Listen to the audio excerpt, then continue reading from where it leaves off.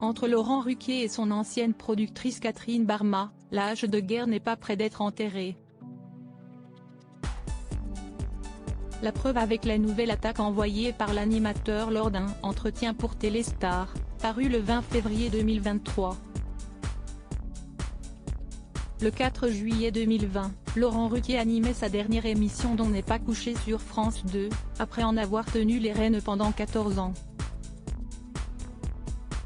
La faute à une envie de renouveau, à des baisses d'audience mais aussi à des différends avec la productrice, Catherine Barma. Quelques mois après l'arrêt du programme, l'animateur a saisi en urgence le tribunal de commerce de Paris pour réclamer 315 891 €.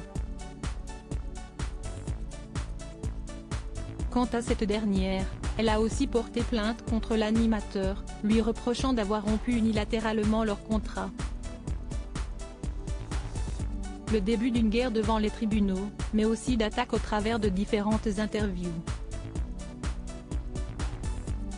Ainsi, en juin 2022 le compagnon d'Hugo Manos perdait son procès et annonçait sa volonté de faire appel. Dans les pages de Télévision Mag, il expliquait « Franchement, après 20 ans de collaboration, où elle a gagné autant d'argent que moi et même plus puisque c'était la productrice et que je n'ai jamais mis mon nez ni même fait un audit dans ses comptes, la défense est de mon côté et pas du sien. »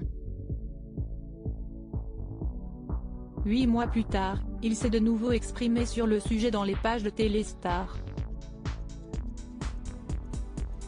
Un entretien qui prouve qu'il ne décolère pas. Pour Laurent Ruquier, Catherine Barma n'est pas une femme bien, on s'est sans doute beaucoup apporté mutuellement, a d'abord reconnu l'animateur des grosses têtes avant de balancer, à la fin, je ne voulais plus qu'elle me produise. Ça s'est mal terminé par sa faute. Elle a été malhonnête, elle n'a aucun affect. Celui qui a récemment été critiqué par Jean Lassalle, qui l'a qualifié de petit homme minuscule, est allé plus loin en concluant « Ce n'est pas une femme bien ». De quoi déclencher une réaction de Catherine Barma. Pour rappel, après avoir arrêté On n'est pas couché, Laurent Ruquier avait gardé la case du samedi en seconde partie de soirée sur France 2, pour présenter On est en direct.